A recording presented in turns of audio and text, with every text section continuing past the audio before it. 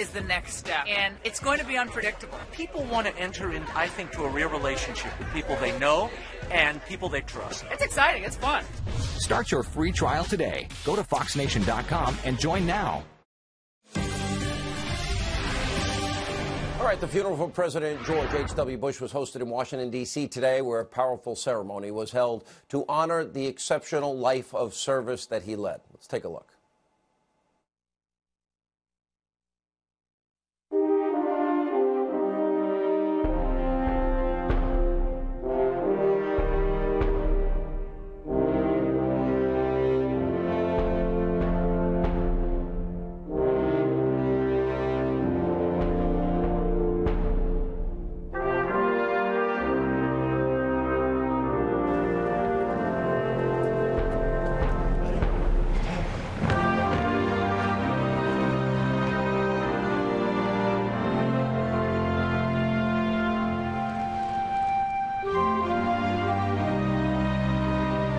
Miss you. Your decency, sincerity, and kind soul will stay with us forever. So through our tears, let us know the blessings of knowing and loving you, a great and noble man, the best father a son or daughter could have. And in our grief, let us smile knowing that Dad is hugging Robin and holding Mom's hand again.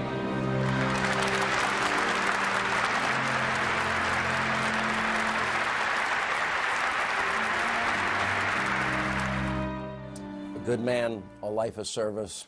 He'll be missed. Unfortunately, that's all the time we have left. We hope you'll join us on our weekday radio show 3 to 6. This show will always be fair, balanced, and when not the Destroy Trump media. But let not your heart be troubled. Laura Ingraham, standing by in D.C.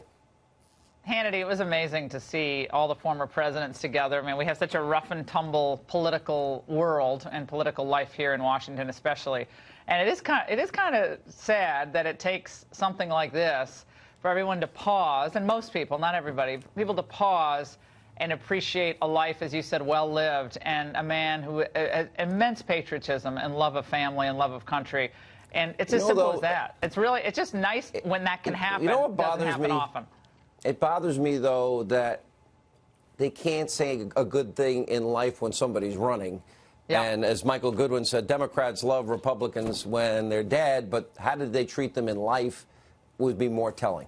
Yeah, it's transparent. I mean, everybody's been outed on this, okay? Because I actually was here when they were saying those things. I was a law clerk at the Supreme Court when they were trashing H.W. Bush, and they loved it. He was a blue blood from Connecticut. He's a gentleman. He's a wimp. But they said they made him out to be not very smart, believe it or not. So anyway, it's great that people can take this moment. We know who's telling the truth, who's been naughty, and who's been nice. We had a great show. We had a great show. By the way, you're getting coal in your stocking, Ingram. You deserve it. You're in trouble all the time. Wait, okay. Just saying.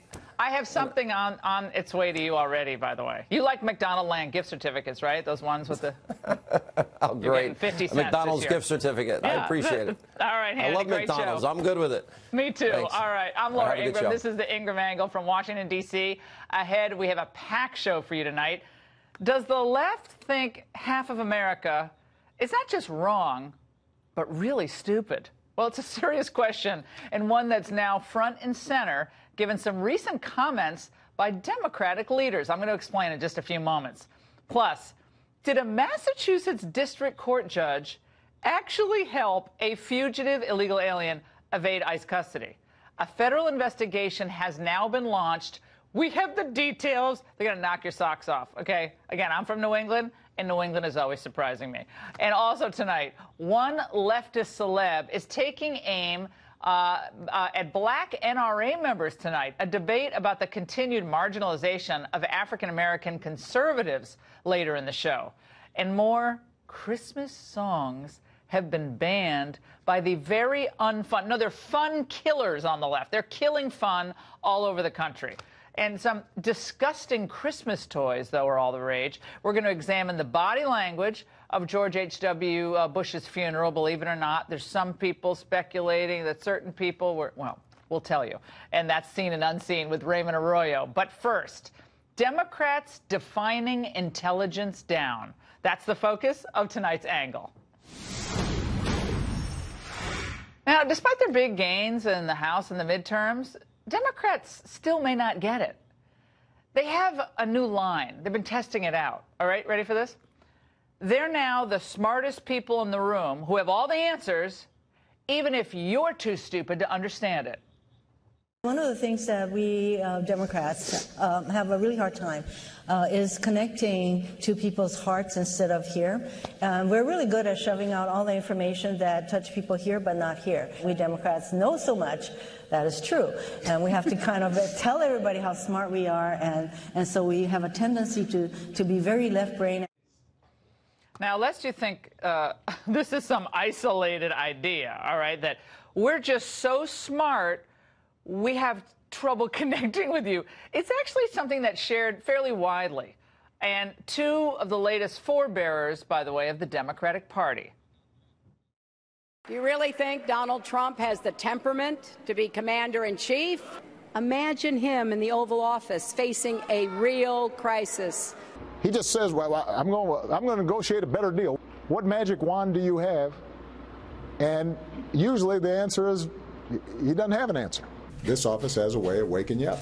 His positions or predispositions that don't match up with reality, he will find shaken up pretty quick. Okay. The obvious implication being that Donald Trump and those Americans who voted for him are just a bunch of dumb rubes. Now, let's face it. When Trump won in 2016, look, you can see Obama there. He's still shell-shocked back in November 2016. Well, Trump embarrassed a lot of the so-called experts, the consultants, the pollsters, the strategists, all the big thinkers in the establishment class. So feeling suddenly diminished, they lashed out at Trump, belittling his intelligence. The problem here is that the president doesn't read. We know that. Isn't it remarkable how little confidence Donald Trump's own lawyers have in him? That they think he's too stupid to sit across the table with Robert Mueller? Almost caveman-like. Have you seen it really is. He's like Fred Flintstone running the country. It's a man without curiosity. It's a man who doesn't read. It's a man with an attention span of a rabid tsetse fly. Okay. Well, that's going back. Mark Shields. Well, they said similar things, by the way, about Reagan. Until he died, of course. And then they all pretended that they never said any of the mean stuff they said about him for his 2 terms in office. Liberals claim to be for the little guy. You know, they're the champions of the average person. But they're really elitist snobs at heart. Maureen Dowd, New York Times columnist, used to write these pieces mocking the cultural and culinary tastes of Bush 41 and Barbara. You know, he ate pork rinds, and the two of them watched things like America's Funniest Home Videos on TV on Sunday nights. The subtext was always, look at the Bushes, Ivy League blue bloods, but still unsophisticated and, frankly, not all that smart. Well, here's a news flash for everybody.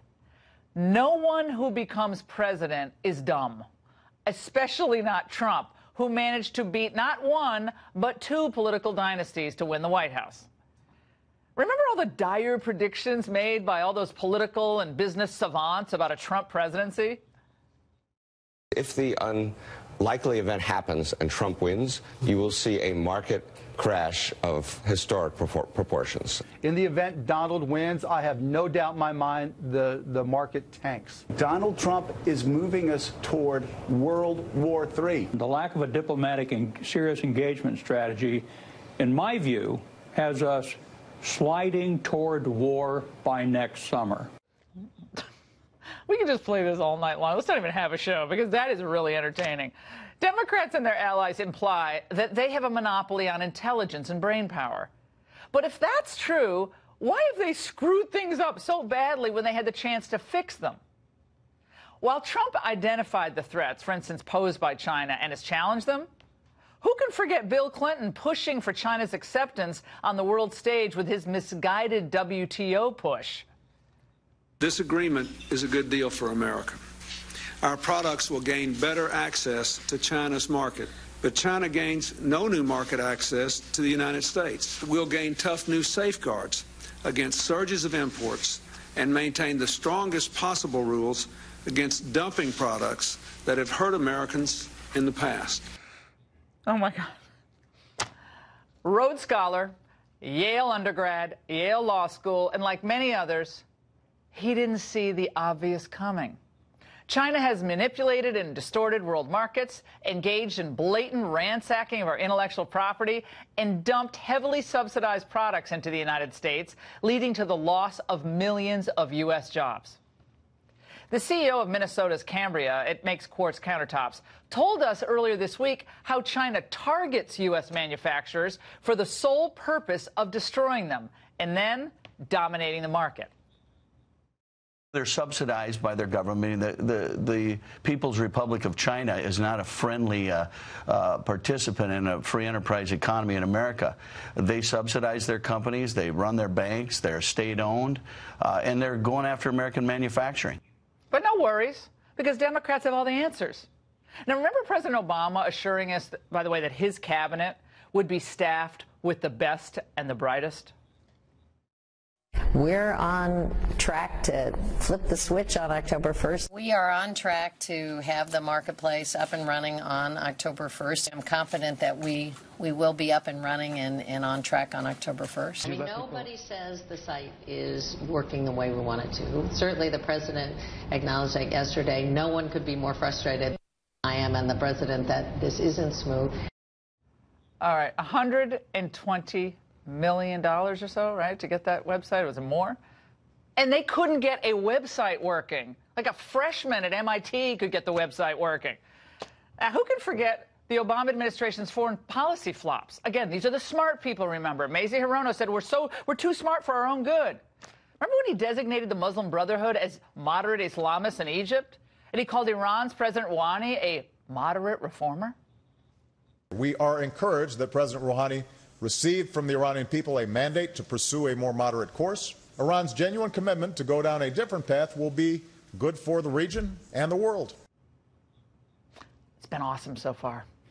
And how about all the geopolitical geniuses at Hillary's State Department allowing our ambassador to travel to Benghazi when we knew about repeated security threats and an unstable situation on the ground? He and 3 others ended up dead. Trump removed the rose-colored glasses, and what he did is he confronted the rogue powers in the region as they exist. Trump's foreign policy is more pragmatic and prudent. He doesn't believe in nation building, nor does he believe passivity is the answer in the face of real threats. But the Democrats, they feel like, come on, they have the wind at their backs now. Forget all the stuff that happened, all our predictions that came out. Well, they didn't come out to be true at all. But they feel like they have a head of steam now, and maybe you can kind of understand it. They picked up 40 seats in the House. But right now, what I'm seeing, there is very little evidence that they've learned much about America. Why they voted in the first place for Donald Trump, and why they still support so many of his policies, especially on trade and immigration. And for all the Democrats' star power, they couldn't win the big races in Florida, Texas, or Georgia. Why not? I'll tell you why. In part, they have not come to terms with the fact that their decades of errors paved the way for Donald Trump. But I'll tell you this, at least Senator Claire McCaskill, of course, she lost her re-election bid, she seemed to have learned something, telling NPR, I don't think my vote against Kavanaugh hurt me as much as the spectacle that occurred. There were mistakes made by my party in terms of how that was handled. Well, I'll say. The bright lights of the Democratic Party, though, they thought that the American people would rally behind them. And they set about to destroy the life of a man who actually is brilliant and one of the finest judges in America. Well, instead, most fair-minded people, maybe they didn't go to Yale Law School, they saw the campaign of the Democrats, a campaign of personal destruction for what it was, insidious. I don't know what the next 2 years is going to bring. But before you sweat the warnings of the expert class, remember just how much they screwed up over the past 30 years or so. And that's the angle. Here now, Charlie Kirk, Turning Point USA founder and president, Andrew Yarrow, senior fellow of the Progressive Policy Institute and author of the book Man Out, and Scott Levinson, Democratic strategist and president of Advance Group. Andrew, now, you wrote a piece recently about how the Democrats have foolishly written off white America. And it kind of dovetails into, we dovetail into each other, what I'm talking about here. They're very smart. So why did they screw up so much, and why did they lose that part of America? Well, it's a big failing of the Democratic Party. I mean, they basically ignored the concerns and even put down the concerns and problems of lots of white American men.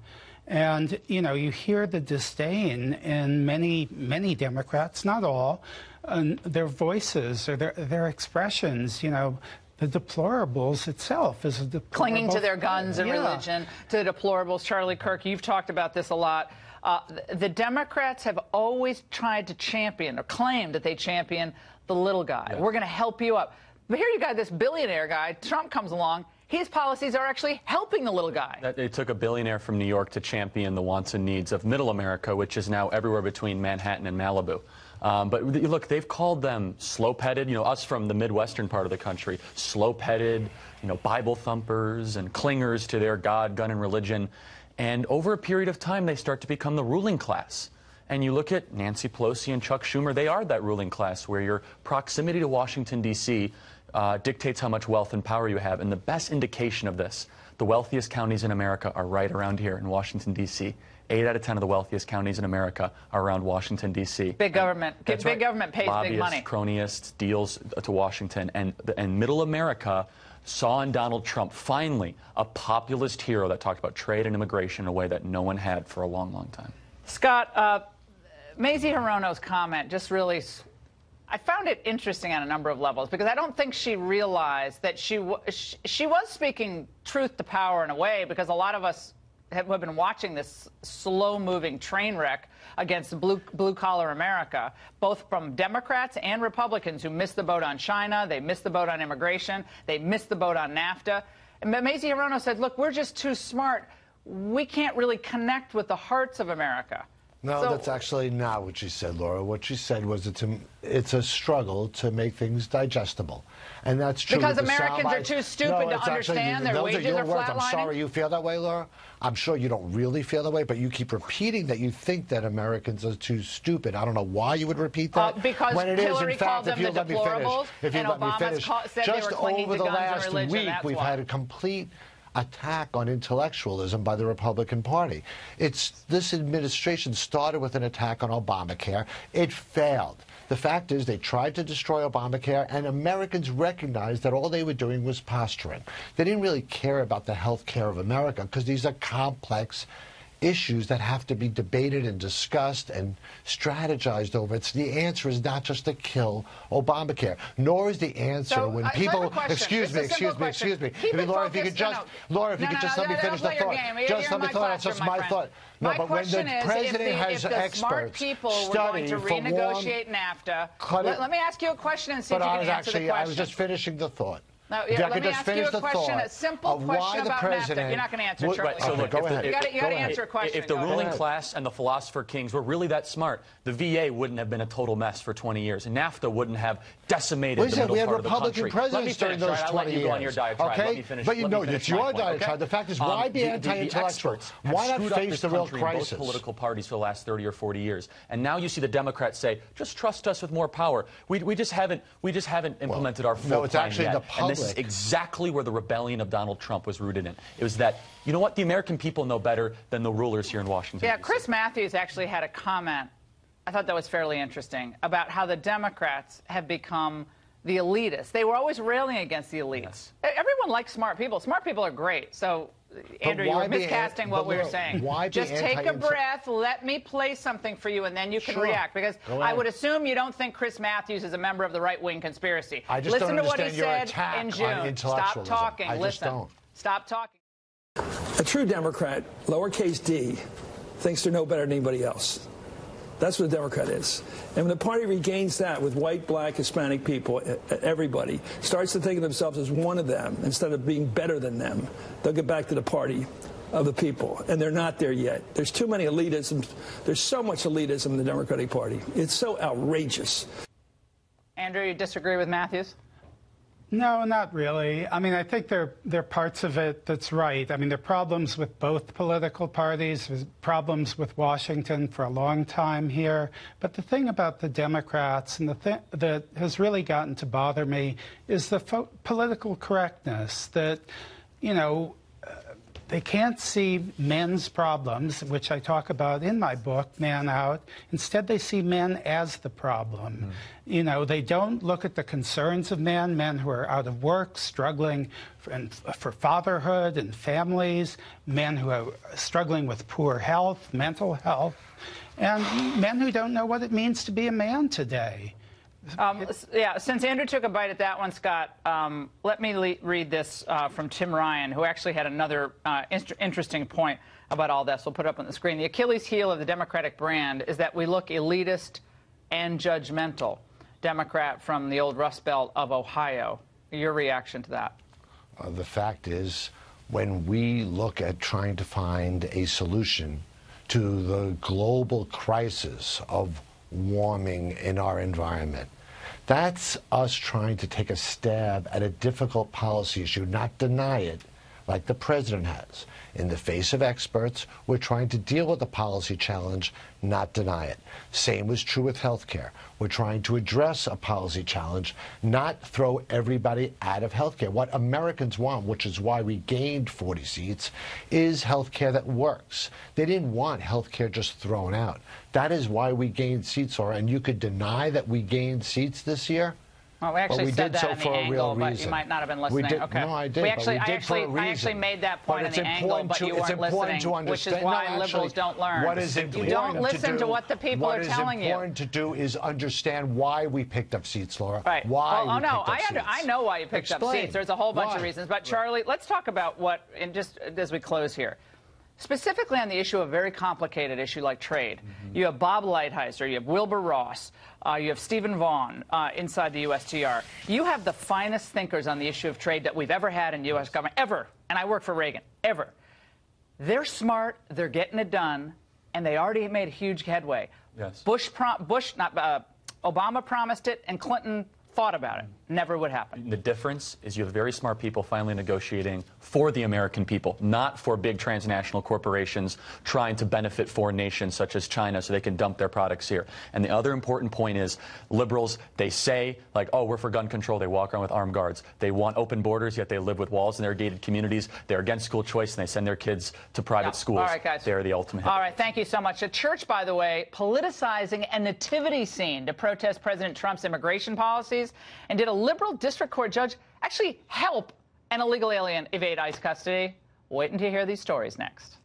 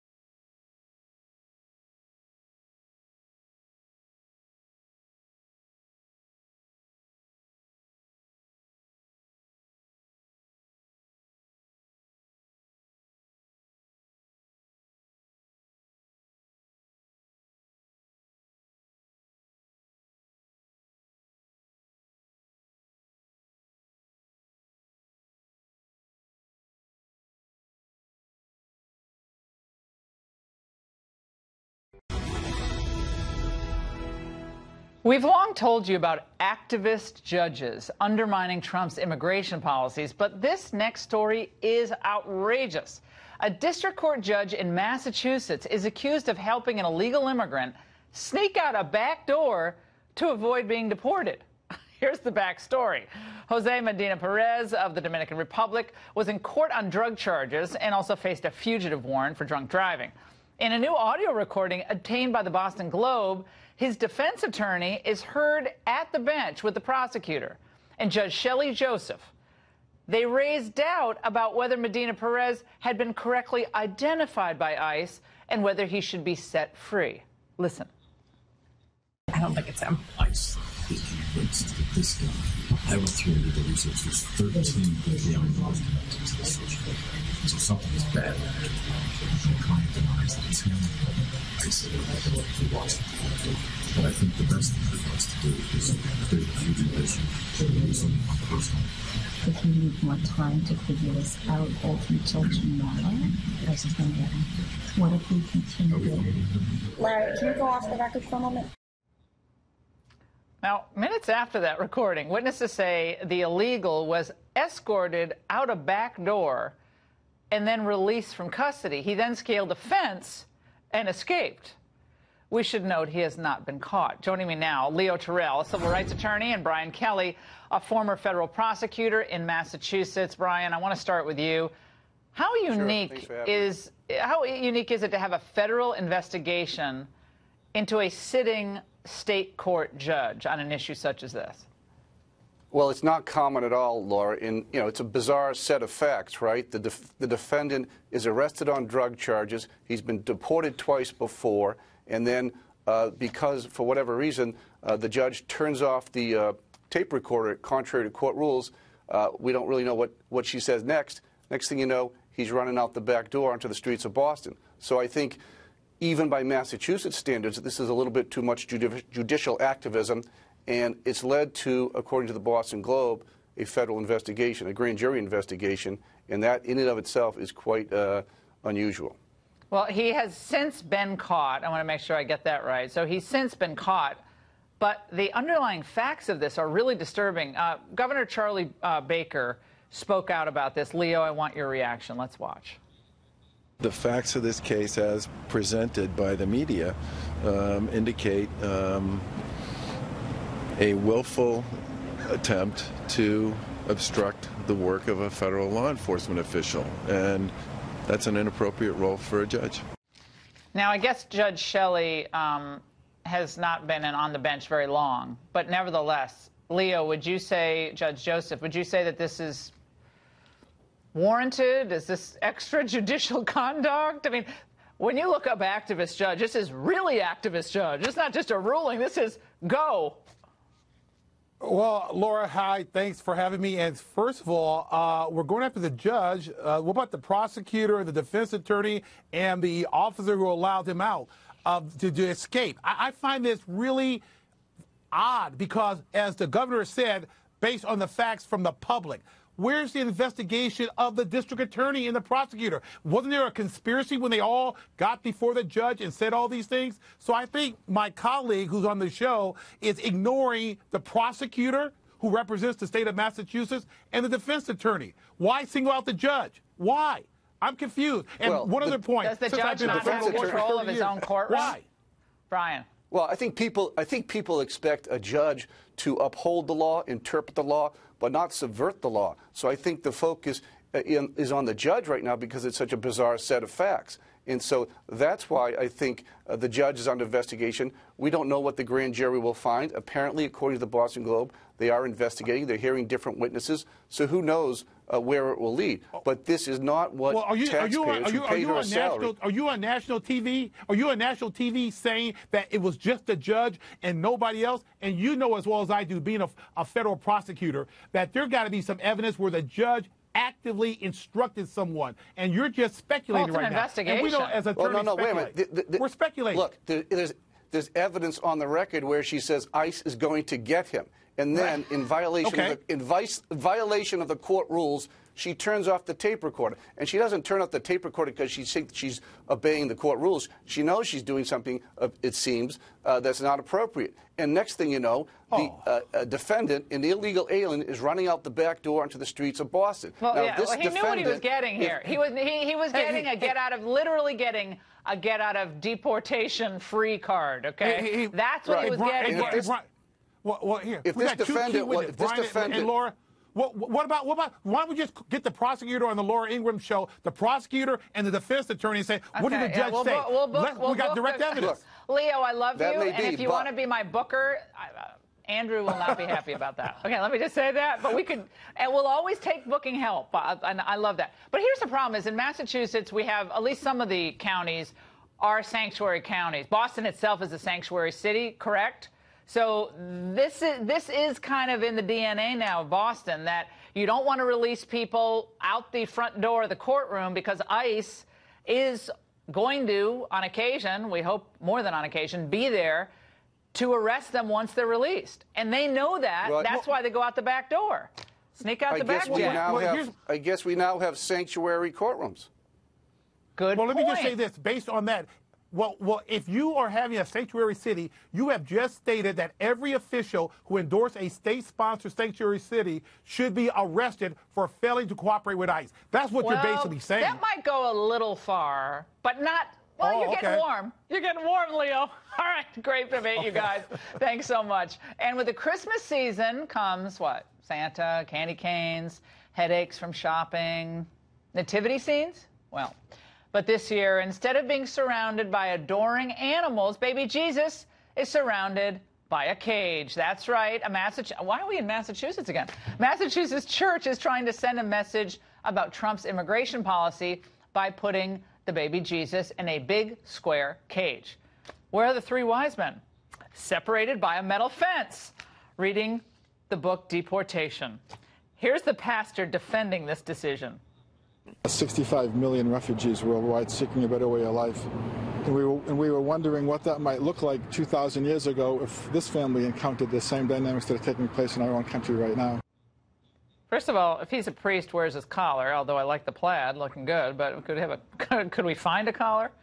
And that's not the first time, by the way, this church has waded into politics. Last year, that same nativity scene had baby Jesus surrounded by a list of the deadliest mass shootings in U.S. history. Joining me now with reaction, Dan Bongino, host of the Dan Bongino Show. Dan, how is this? This is literally separating church and state with the cage, right? Maybe that's where we are? You know, Laura, I read an interesting piece a while ago about how the government had this really incredible success with stopping smoking.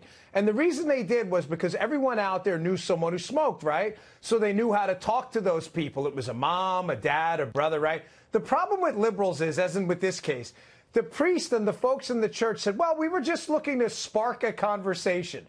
This way? Like, why would liberals want to spark a conversation? Do they always do it in the worst way possible, like taking advantage of a nativity scene? It reminds me of, like, the Kaepernick case, right? He takes a knee. Okay, you want to talk about police use of force? Fine. But he puts a pair of socks on with cops depicted as pigs. It's just like, listen, we can talk about immigration. But clearly liberals have not learned that putting a cage around baby Jesus is probably not the way to, quote, spark a conversation. In some parts of the country, they had to actually kind of put baby Jesus and have ties to the ground because people would steal the baby Jesus. I mean, people would take the wise men, that's why a live nativity scene is always better. It's harder to physically take the people and the animals, but they actually will steal them. So at first when I saw it, I think, oh God, they really need a lot of security here for the manger scene, but they're trying to make a point. All right, so the lefty priest says this in the Boston Globe. We thought we would kind of put a mirror image of what it would look like if this happened 2,000 years ago. It's kind of a mirror image of where we are at today. Move over, Thomas Aquinas. What? I don't even understand that. Yeah. What is he talking about? He's a mirror and... Go ahead. 2,000 years ago, Laura, we didn't have the Airbus or the 747, okay? There wasn't a way to transport millions of people into a sovereign nation at any given time. Listen, with all due respect, I'm a practicing Catholic. I love my faith. My wife is an immigrant to this country. I'm not anti-immigrant. I'm anti-law breaking. You have to come here legally like my wife did. This isn't a complicated argument. And one more thing, to the liberals, do you have to be a blowtorch on everything? Do you have to blow up? And I mean, they've destroyed Halloween. Halloween now, every costume, every parent has to worry if it's cultural appropriation. You couldn't wear the Black Panther costume, apparently, if your kid wasn't black. This was an actual controversy. They blew up Thanksgiving for colonialism or whatever liberal victimhood of the day. Can we just leave baby Jesus alone?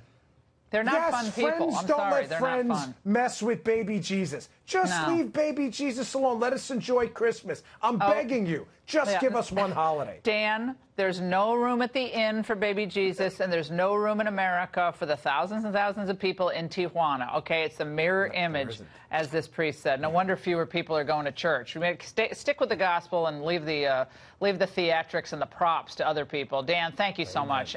And when it comes, coming up, we have a related topic. More Christmas songs are being added to the Do Not playlist this year. We're going to examine the body language also at George H.W. Bush's funeral, some are talking about. That and Seen and Unseen with Raymond Arroyo next.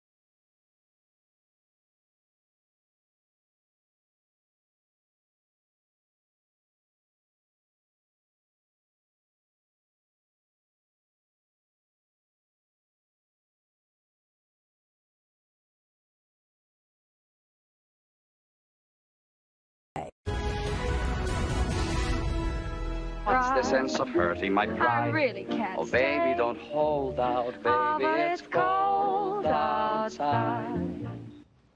It's time now for Seen and Unseen, tonight's edition. Verboten Christmas songs and gross toys. Last week we told you about a station banning What you just heard, Baby It's Cold Outside, from their airwaves.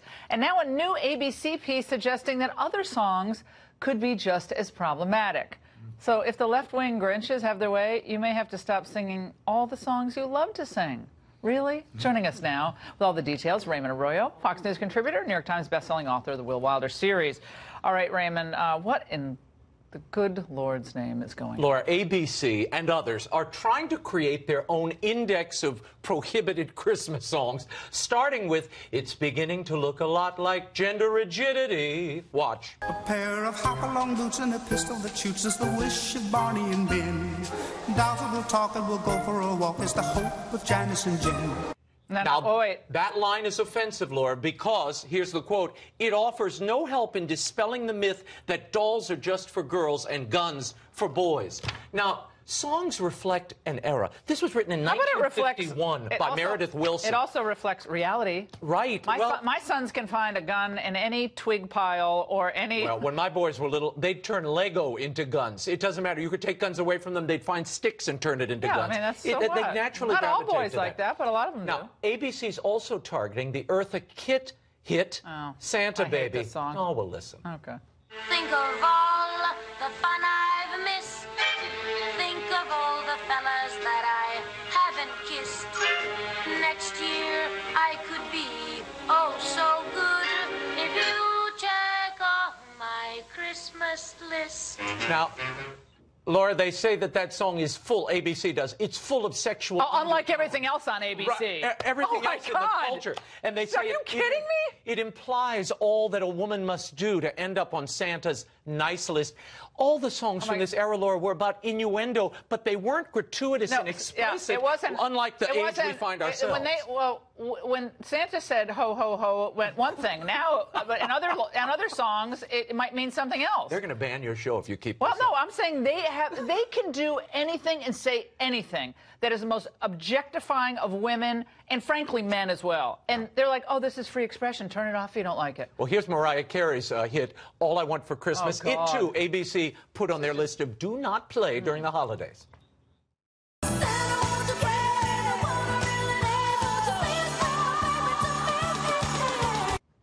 Now, they say this. They say this focuses on a woman wanting nothing but a man for Christmas. It's not the most empowering or evolved message for women. God forbid they listen to Blue Christmas or What Are You Doing New Year's Eve? Those are all desperate people, wanting a partner. This is called human experience. It's what song is meant to capture: love, sex, desire. So the Stones can't get no satisfaction. That's okay with them, though? I guess. These people should go in the corner and hum Greensleeves to themselves. I'd tell them to sing Ave Maria, but Blessed Among Women might cause problems because where are the men and the others? Oh, no. Let's get to some of the more sought-after toys this season, Raymond. What are they? Now, well, this is related, Laura, to the song bans we're talking about, because on the one hand, they're playing Puritan, saying, you can't listen to that song, it's too gross. On the other hand, the hottest toys of the season are so gratuitous and disgusting, I hesitate to even share them with you. One is called go ahead. Pimple Pete. Here we go. Pimple Pete. You actually squeeze and twist his zits for points. What? And if you pull too hard, look, it's a video. If you pull too hard, his nose explodes and the mega zit juice will wash across the players. How do you imagine this? I dated someone like that. Well, this is something I used to try to avoid. Now you play it for fun. Well, it's all part of life. How about this one? Flush and Frenzy. You plunge the toilet, and after you hit it a number of times, okay, once you plunge it too many times, the poop goes flying and you have to catch it. Now, why are we teaching our children to play with feces? Why? My son, Nico, never flushes the toilet. So if this encourages him to flush ever, how many times do I say to him, Nico, have you flushed? Yes. I said, oh, really? I have to be the poop police and go over it and if say... that poop's flopping out of the toilet, you got big plumbing problems in the Ingram household. household. Remember, what was your favorite toy growing up? Like, did you like My Battleship or like Rock'em Sock'em Robot? My favorite toy was a Nerf gun. I had this Nerf gun, and I broke things in the house, and it wasn't pretty. Battleship? We have to talk for a few moments about the Bush funeral now. Something important. This is very important. There were some moments we want to decode for you. The body language was quite revealing. Now, Now, here are the former presidents and their wives before President Trump's arrival. Okay. You can see they're interacting here. Go full screen on this, guys. They're jovial. They're interacting. Everybody's talking and happy. Michelle and President Clinton are laughing. Then President Trump arrives. He shakes President Obama's hand, grudgingly shakes Mrs. Obama's hand. Catch the look on Mrs. Obama. Now everybody suddenly becomes still lives at Madame Tussauds. Look at Hillary. Hillary wouldn't even look down the aisle. She is staring at that altar Hillary hasn't like her life depends on it. She hasn't averted her gaze. So, is there anything you can tell us about? Well, there was one point where Donald Trump crossed his arms. He did during the service. He did cross his arms. Crossing arms is not the best because it looks a protective gesture. It's like it looks like you're worried about something. You're like it's a protective gesture. Loosen up. Well, they were icy and a bit cold to him, and their body language, which was open and before he arrived, suddenly got very rigid. Okay, keep going. Yeah. And then later, President Bush came in, and he greeted each of the people in the first pew. Watch this. Look at the reaction. Then he hands Michelle Obama a mint. Remember, he handed her a mint at the McCain funeral. So look at the change. Slow-mo. I like the slow-mo move. But again, everybody kind of warms up, laughing, but he steps right over. Well, let me say, W is funny as all get out. He's a very is so funny, guy. Yep. and I thought he did a great job today. He did. I got teared up. That was, it was a very moving tribute to his father. Question, we're out of time. What was it with the overcoat? President Trump came in with the overcoat. He got hit on Twitter for the overcoat. It was walked into outside. the overcoat, and then he handed it to the Marine. He handed it to the Marine who took it all, outside and put it in the car. They're like, that's an autocrat because maybe he was cold. Yeah, maybe he was cold and walked in with the coat and forgot to leave it in the car. It's not the end of the world. But the interplay between the presidents, always interesting to watch. All right, fantastic. And coming up, by the way, green sleeves. Now I'm going to have that in my head. Don't you love green? I love green sleeves. I'm going to go home. Depressing song. All right, coming up. Why is leftist celeb Tom Arnold calling out African-American gun owners? This can't miss debate. Next.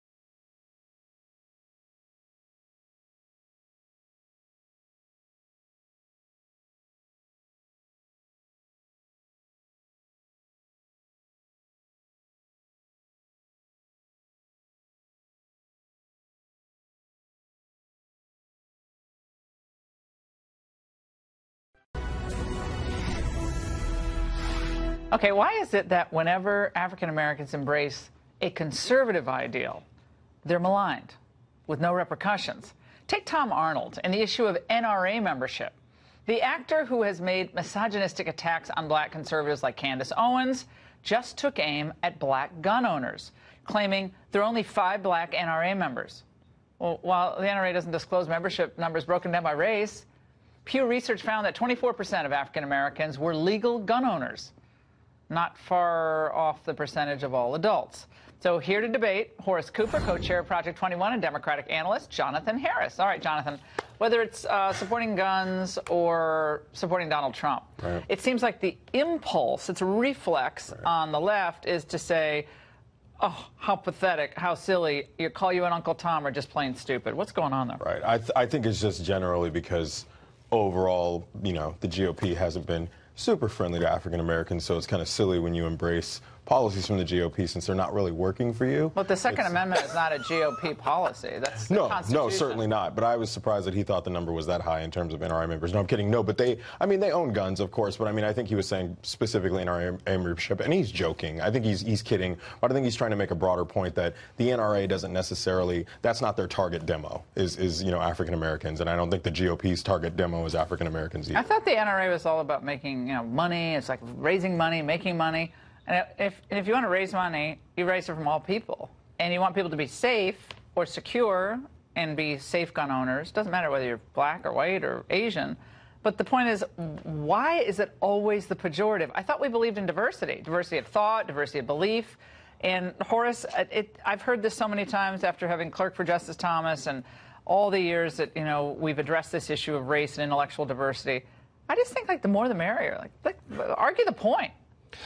Tom Arnold lives in a little bubble, and in that little special bubble, there is no possibility of any knowledge of experience that's different from that. If I lived in the darkest blue parts of the country, I probably, too, would have this attitude. I grew up in Texas, and it was not unusual. It was actually the opposite to be. It would be thought of as unusual if people I knew, black, white, or brown, weren't interested in firearms. I joined the NRA at one point. I know many people who have. And in fact, in our history as black Americans, the NRA as a civil rights organization has played critical roles. Well, I'm from those blue parts. I'm from Southern California, and I love that, and that's probably why the whole obsession with guns kind of strikes me as odd. Also, there have been moments in our history where when black people would go out to buy guns, that there would be a response of restricting gun laws so that they couldn't have access to guns. So I'm sure that's where that comes from. Well, that's outrageous and racist. And right. I certainly don't support that, and I think it's ridiculous. That's American history, so I'm sure that's where that comes from. Something that the NRA fought against, something that people like Robert Williams from the 1940s sadly, Democrats actually supported stood up to fight against the Klan, using an NRA membership and club to defend. You know what I just thought about, Jonathan? Maybe you think about it this way. If there's such a reflex against the police are either trigger happy, they unfairly, they unfairly target African Americans, and I can actually understand that sentiment. I really can. Then why wouldn't people want to take control of their own safety? Like, if wherever you are, wherever you live, especially a dangerous part, like, I'd rather be in charge of my own safety instead of some legislator making the call that, oh, no, these people can't have guns because guns are too dangerous. Well, I thought the police were too dangerous for African-American communities. Well, I think, one, you don't want to necessarily just have, like, open warfare on the streets between people and the police, but also got because... that now in too many cities. Well, yeah, but also I think it's because the idea of that, it doesn't sync up with the reality of the situation. I just rather be in charge of my own safety instead of farming out to anybody else. And another topic, guys, I want to get to this, about some on the African-American left seem to have some type of anti-Semitic bias. I ask this as we learn of new unearthed comments from Mark Lamont Hill accusing Israeli Jews of poisoning Palestinian water. There's a petition circulating, though, calling for CNN to rehire him over his previous remarks when he gave that speech at the UN. Many people interpreted that to mean the destruction of Israel, the way he described it. We'll talk about it, Horace.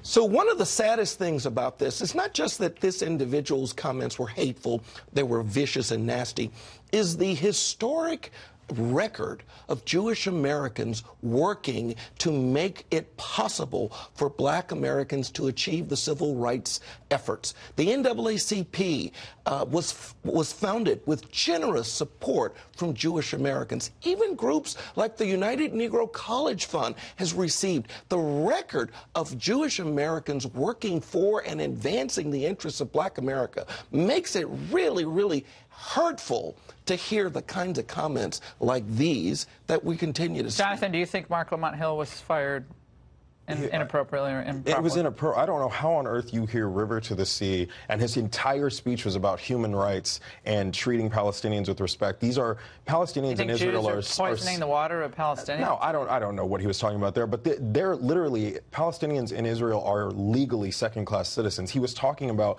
equality. I mean, Bernie Sanders himself has spoken out against some of the violence coming out of Israel. From river to sea? Changing it from river to sea, that's the phrase anti-Semites use. They make up these claims about dog whistles, about complicated things like, is Elvis Presley being given the Medal of Freedom Award a dog whistle? This actually is an anti-Semitic phrase. All right, guys, thank you so much. And for more on why Trump won and how the GOP could turn things around, do it again, grab a copy of my new paperback, Busting the Barricades, What I Saw at the Populist Revolt, in bookstores everywhere. You'll love it. And Donald Trump isn't the only president who's had to deal with a hostile press. Tonight's Last Bite, a special one now.